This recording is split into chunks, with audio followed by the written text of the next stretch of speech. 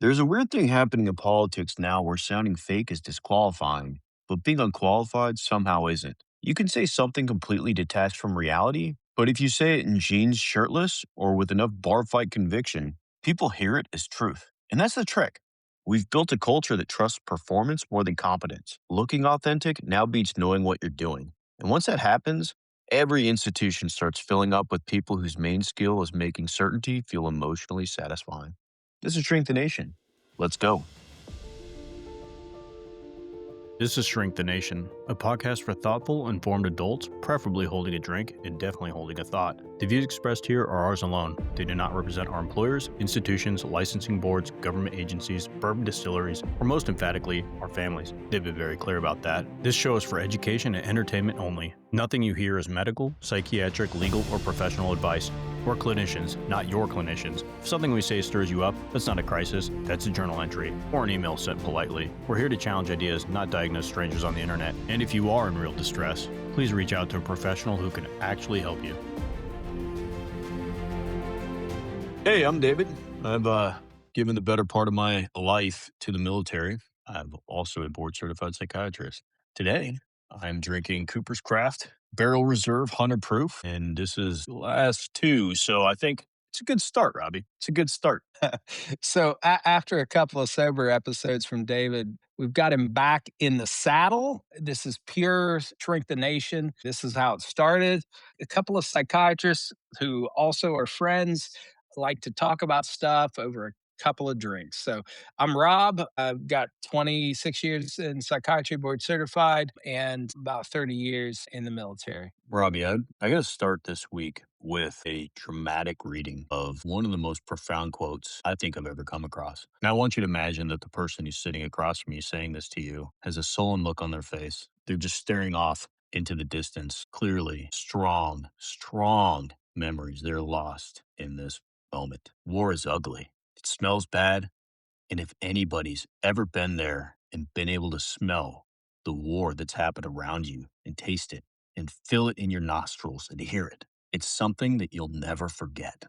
Powerful, powerful shit. Yeah, it would be powerful. It would be deeply moving if it were on a TNT movie at about 2 a.m. and you'd had a little too much and you're just trying to wind down before you go to bed, or from an actual vet who served and earned that kind of speech. Instead, it came from the human brass knuckle energy drink. That is Markwayne Mullin. Yeah, after being so thoroughly impressed by that wonderful rendition of Rambo, I had to find out how Mark Johnny Wayne Mullin had experienced said war because he made it sound terrible. And as it turns out, he is a businessman turned politician. Before entering Congress, he ran a plumbing company that he inherited from his father and then later expanded it into a large regional business. He did quite well. He took over that business at the age of 20 when his father became ill.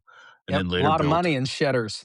well, it's like they say, nobody cares about the toilet until the shit hits the floor. Yeah. But then he did build that into multiple businesses and became wealthy well before entering politics, and then was elected to the U.S. House in 2012 and served until 2023 when he was then elected to the U.S. Senate. He does sit on the Senate Armed Services Committee. He has visited military installations. I think that might be the extent of which his military service ends. He has cultivated a very combative fighter persona politically and literally fought in a few amateur MMA matches years ago.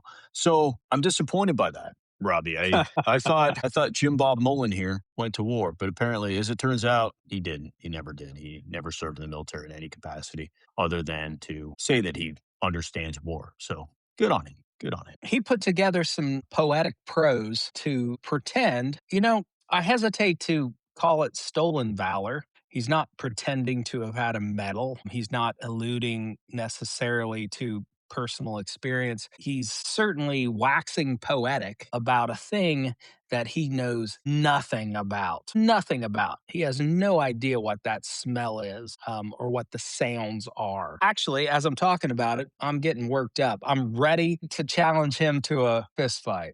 And he'd probably accept. I doubt he would turn that one down. Why does Jonathan Taylor Mullen here matter to us at all? And I imagine it's because he has been selected to replace the scandal Deposed? entrenched. There we go. The deposed Kristi Noem, the great Kristi Noem, from the ads to all of the immigrants to leave the country in English, as they probably understood and were totally watching. Without a doubt. They definitely were Yeah. like, time to go. So he'll be taking over for her. Well, and the cool thing is that she has now been made an agent of S.H.I.E.L.D., apparently. So, what's really cool is the Marvel Universe has entered the administration. No, it's entered Turner Classic Movies, I think. That's what that means. I'm pretty sure the Avengers is currently playing on Turner Classic Movies. That's what I assume. That's what seems to happen, Robbie. David, what in the hell is the S.H.I.E.L.D. of the Western Hemisphere? What is that? It sounds like a made up name. If we're just going with SHIELD, it's the Strategic Homeland. I don't fucking even know. I'm gonna have to look this up. Does it have, it's an acronym? Yeah, SHIELD is an acronym that stands for the Strategic Homeland Intervention Enforcement and Logistics Division. All the things, man. Just throw the words in. But that was in Marvel, and they decided, yes, it's a long name. The acronym is SHIELD. Maybe I'm gonna hope that's not really what is gonna happen with this, because the Space Force logo looks shockingly like Star Trek. yeah. Yeah. When real life starts to mimic movies, I think we all lose a sense of reality to it. We're talking about idiocracy, right? We are. Let's go back to our buddy Markwayne. I'm not going to go so low as to make fun of his name. I'm going to let the audience do that. But let's ponder this guy who has developed a persona of a fighter. What's going on with him, David? What's driving this individual to imply that he has lived experience of combat? I don't know why. I think if you've been hit in the head enough times, it doesn't occur to you that it's really easy to look up a senator's bio. In his defense, he does sit on the Armed Services Committee. So How did he get there? I think when he was cowering in fear on January 6th in the chambers, maybe that was the war he was talking about. Possibly. There's some good photos of him doing that. Oh, there are public source photos of Oh yeah. him Oh yeah, cowering. yeah. I'll share this one with you. I think you'll appreciate it. Having spent my adult life in this world, I can't understand why somebody would romanticize being in a war, painting himself as somebody who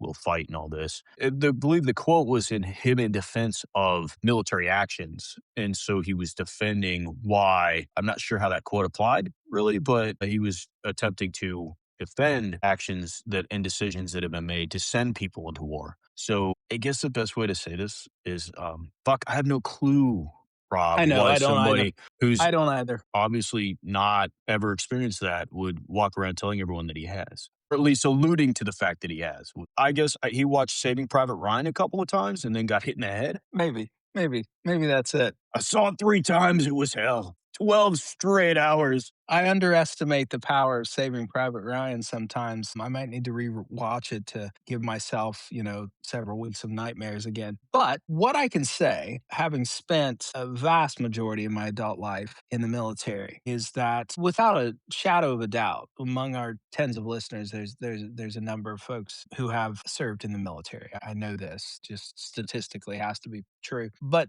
what I'll say is that those of us who have served, we all come into the military for different reasons, but the way you are acclimatized or indoctrinated into the military or trained, as it turns out, when you're trained to go to war, there's a part of you that actually wants to go to war. Now, I'll say there's also a very significant part of you who doesn't want to go to war. No sane individual wants to go to war. But once you've been trained to do it, you want to. So those of us in the military, we do tend to mentally divide ourselves into those who have gone to war and those who haven't.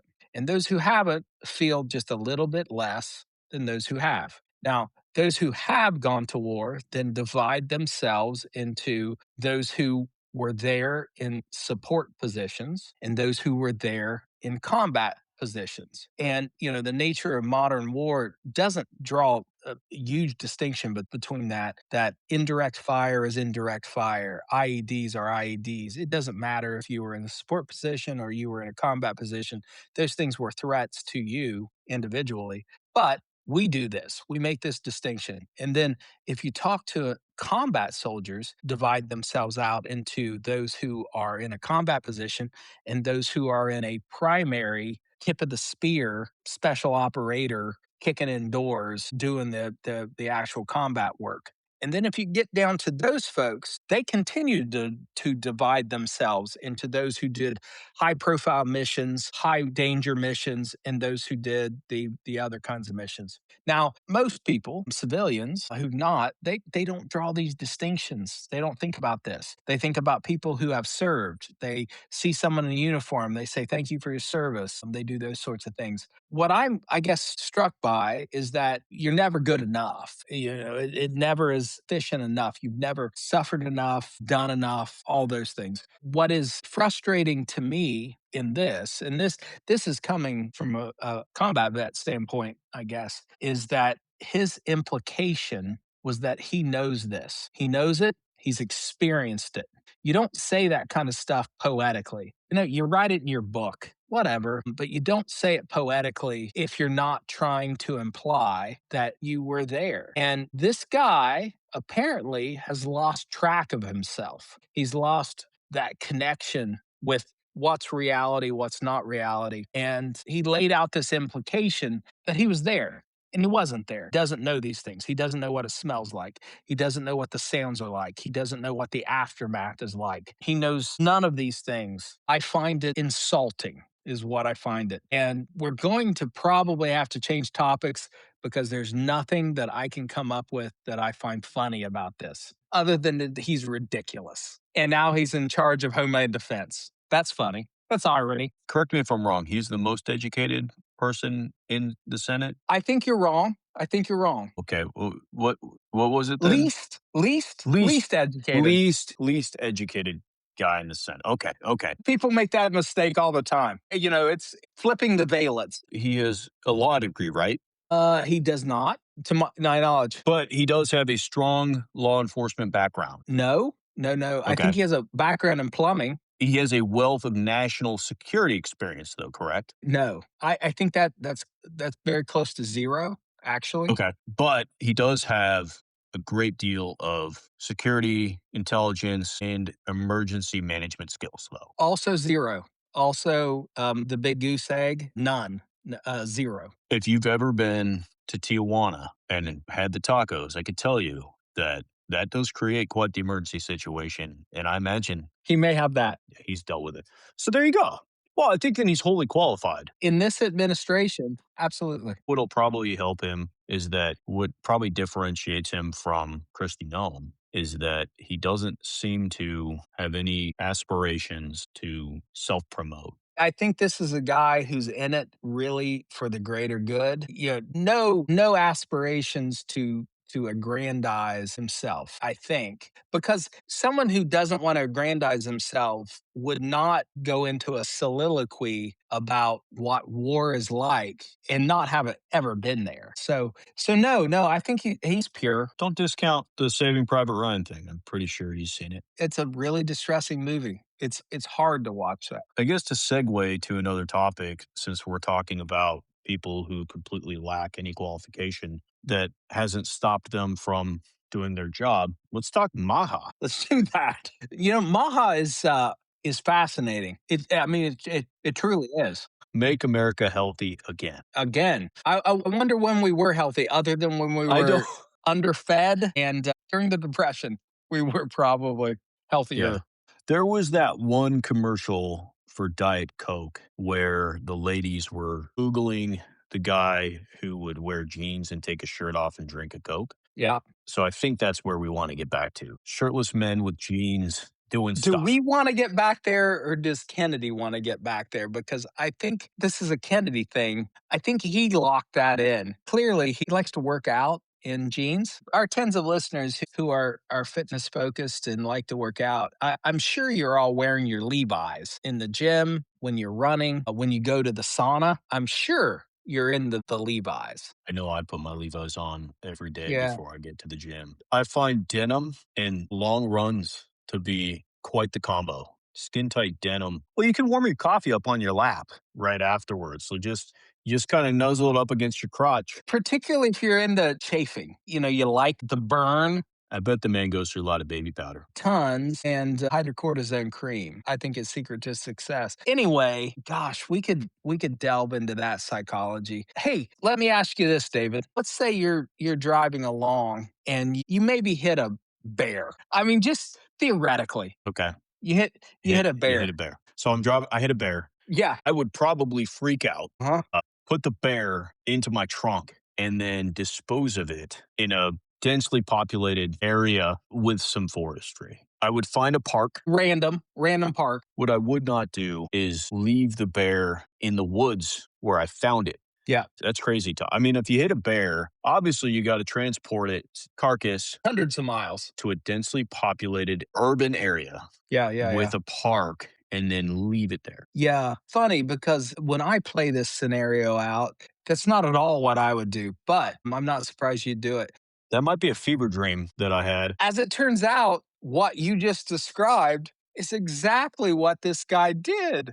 He hit a bear. He transported it hundreds of miles to Central Park and then deposited the carcass of said bear in Central Park. Why? Why would you do that, David? Help me with this. I need to understand because otherwise I'm insane. I'm crazy. I can't understand the world. No, this isn't a judgment. It's that I think not everybody's prefrontal cortex works the same. That's that the thinking part of your brain.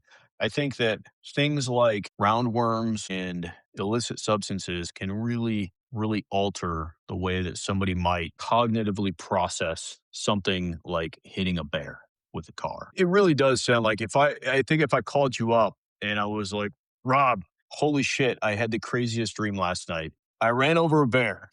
And as all dreams are, I don't know how it happened, but the damn thing ended up in my car. And I realized it as I was driving through Central Park. And I was freaking out because it wasn't bear season. And I definitely didn't have a tag or anything. I don't know how I knew that, but in the dream, I knew that. And so I fucking got it out of the trunk and I left it there. And then I took off and I smoked a joint. I'm freaking out, man. Craziest dream. I actually was at Jeffrey. This reminds me of a story, and I absolutely know our tens of listeners love my stories. So, some years ago, I was hiking on the Appalachian Trail. I was hiking a very short span of it. I did my math. It was supposed to be a 10-mile out and back. What I didn't realize is that I was starting out a certain elevation. I was dropping to like 2 or 3,000 feet lower, and then I was climbing like 10,000 feet or something like that. So I did this hike and I was whipped. I was miserable. And I got out to the 5 mile point and I was out of water. There was no water source there. I was in a bad way. I had made some tactical decisions that just didn't play out. So, what I had to do was walk 3 miles back to the last water source. So I'm coming back. I'm dehydrated. I'm exhausted. I've got blisters actually on both the forefront and the back of my foot. I'm in ruck march mode at this point. It's just step, step, step, step, step, step. And I'm totally silent because this is a thing I do apparently. I came around a corner and out of the periphery of my eye, I see movement and I kind of kick my leg up and a black bear comes out of the brush and attacks me. And I thought, well, shit, this is a weird way to go. And it swipes my boot, puts a big gash down my boot. And then me and this black bear, we get the sense of each other. We stare at each other. And I'm there and I've got a pack on. And in my mind, I'm like, what's the score? What's going to happen here? Are you going to attack? You're going to let me go? What's going on?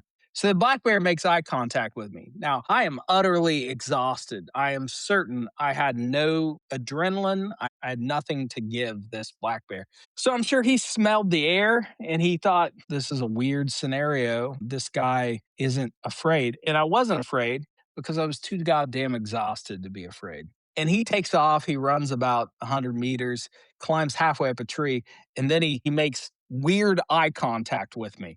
Just weird eye contact with me. I have to finish this hike. I got to get to this water source. And there's these cutbacks. And every time I'd get to the cutback, he'd be standing in the middle of the goddamn trail just eyeballing me. And then he'd run. And then I get close to the water source. And this is the punchline, actually.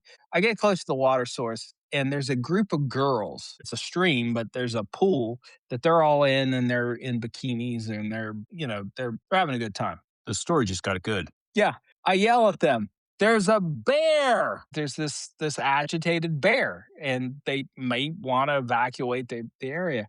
And they said, "What?" And I said, "There's a bear." And they in unison flipped me off and told me, "Fuck off, pervert." At which point I'm like, I don't care if you guys get eaten, whatever. And then the story continued and blah, blah, blah. But yeah, that loosely associated with this. But, ultimately, had I hit that bear with my truck, I probably would have thrown it in the back of the truck, driven it to Central Park, and deposited, because that's what normal people do. No, I think what happened was that after that, RFK Jr. arrives, shirtless, kills the bear that was stalking you, With his bare fists. throws it in the back of his car, drives it to Central Park, leaves it there for you, Robbie.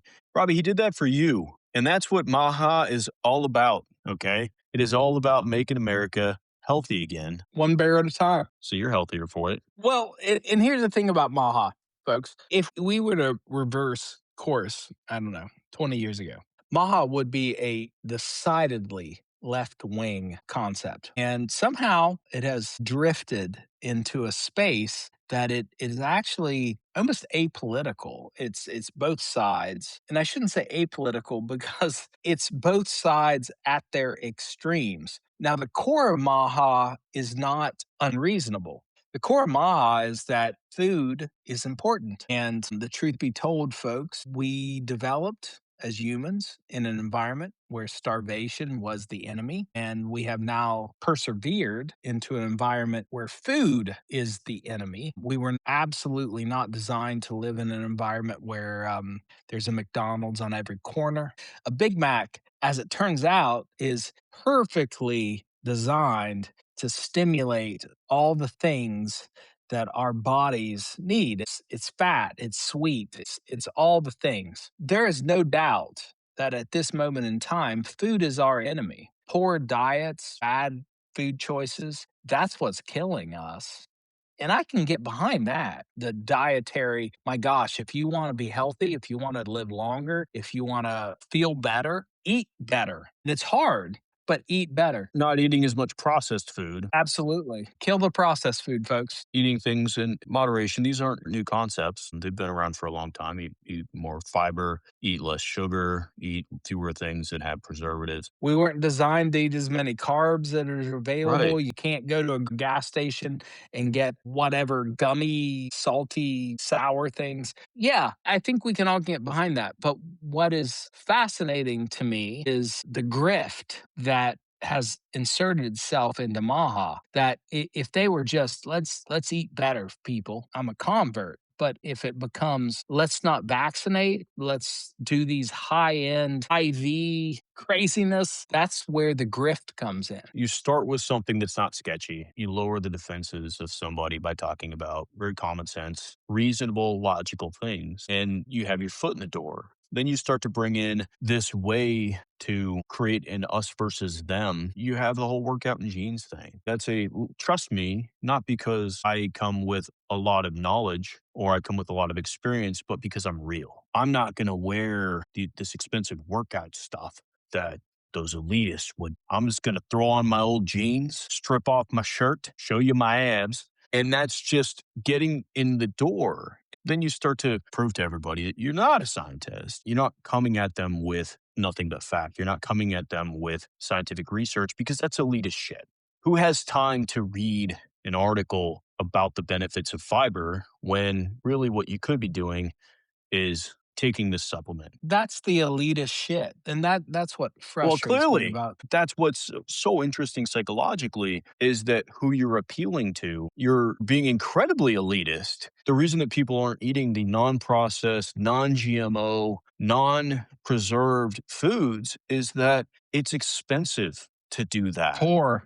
They're poor. They're poor. It's much more affordable to go and get mass produced, preserved things that can be shelf stable for long periods of time that have been ultra processed. But this was the same guy that was talking about there's some pretty reasonable rehab places that everyone can go to that are only like $50,000 a month.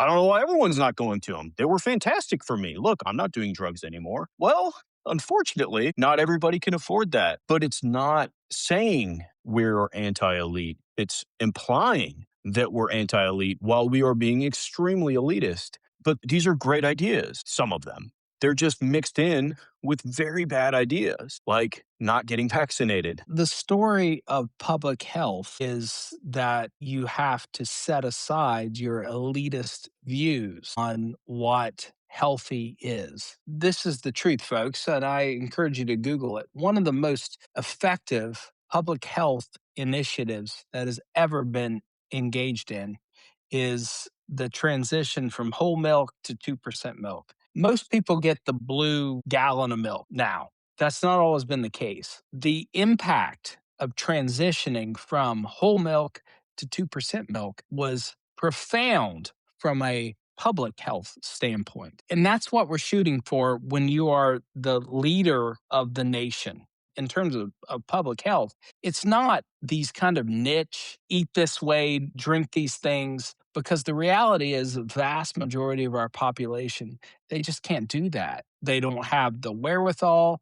They don't have the finances. They can't do that. When you're talking public health, which is exactly what Kennedy should be talking, you're talking what are the interventions we can do that we can actually implement into the greater population to make a difference in the bigger scope. And this jackass who hit a bear and transported it hundreds of miles for reasons that even I, psychiatrically, I can't, there's no psychodynamic frame that I can come up with that he's, oh, yeah, this makes sense. It doesn't. Brainworms and psychedelics, it makes sense there. You'll hear stories like this from people who are manic. Yes, in mania, in psychotic disorders, this is the kind of reasoning that you expect. You don't expect it in someone who now is in charge of all of the United States public health initiatives. Well, maybe you're being elitist here. Maybe this is the problem, is that your expectation for the leadership in our country, especially those who are in charge of large medically based systems, should have some kind of background and some sort of credential for that. And I think Yeah. what we're seeing here on Shrink the Nation is that Dr. Rob is an elitist who believes that our whole country should only be run from top to bottom by people with experience, knowledge, and trustworthiness. And I think, Yeah. honestly, Rob, I say I'm the we need to put an asshole. end to this. Yeah, you're an asshole. You I'm need the to stop asshole. that, okay? Just because somebody's brain was eaten by a worm, or just because they have demonstrated chronic poor decision making throughout their lives and have no medical background or any tangible evidence that what they're doing or the knowledge that they present is correct, other than looking pretty damn good in a pair of jeans. I think, He looks great. especially for his age, Handsome man. I think that's all that we need now. What this country needs to become healthy again is to listen to somebody who has that kind of courage. Okay. To wear jeans without a shirt. You actually, in your diatribe there, struck on something. It's a narcissistic approach to public health. Every time he does a video, what are they communicating to the people, to the public? Zero, nothing at all. They're communicating he's fit. They're communicating he likes to work out. They're communicating a weird narcissistic message out to the community about him. But community health is actually going down to the core of who we are as a society, what their struggles are, and what changes that we can make as a society in order to improve the overall health. It's not, hey, go get involved in CrossFit.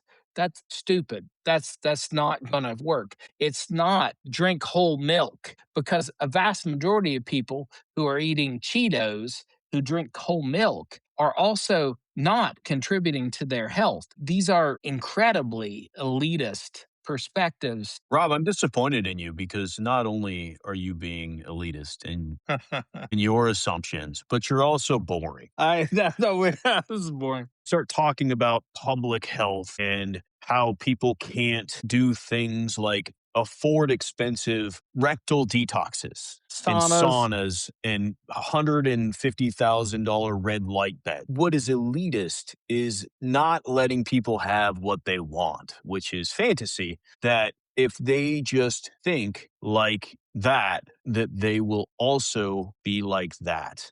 Shame on you. Shame on you, Rob. Shame on you. It's shame on me. Yes. Oh my God. Letting people believe that there are beds out there that they can lay in and that it's going to take all the toxins, quote unquote, out of their body and make them healthier and make them live indefinitely. You're right. You're right. I am being elitist. And Yeah, stop it. mhm. Stop it. Shame on you. No, it's interesting. I mean, it is really funny when you break all this stuff down, the people who are really jumping on this, and it makes sense. If they touted our show as either being helpful or super unhelpful, it would help us greatly just by having our name put out into the Maha sphere, right? Having so many people despise us or love us would at least get eyes on us. But it's interesting because, and you already said it, but it highlights this crazy intersection of MAGA and ultra wealthy, granola y, far, far left, hot yoga. Rage yoga. Yeah, these are the people you would expect to see in like Malibu driving $250,000 cars we've never heard of to pick up their kids after they got their yogurt enema for the day. And they're mixing it with Appalachians. And they never in the past would have ever considered even listening to it. And up until the point that he decided to just take Trump's offer of dropping out of the presidential race and then endorsing him, he wouldn't Yep. have listened to him either. We live in such a crazy timeline. And what I think it is, Rob figured it out as we were talking, is that when you were hiking, that bear killed you.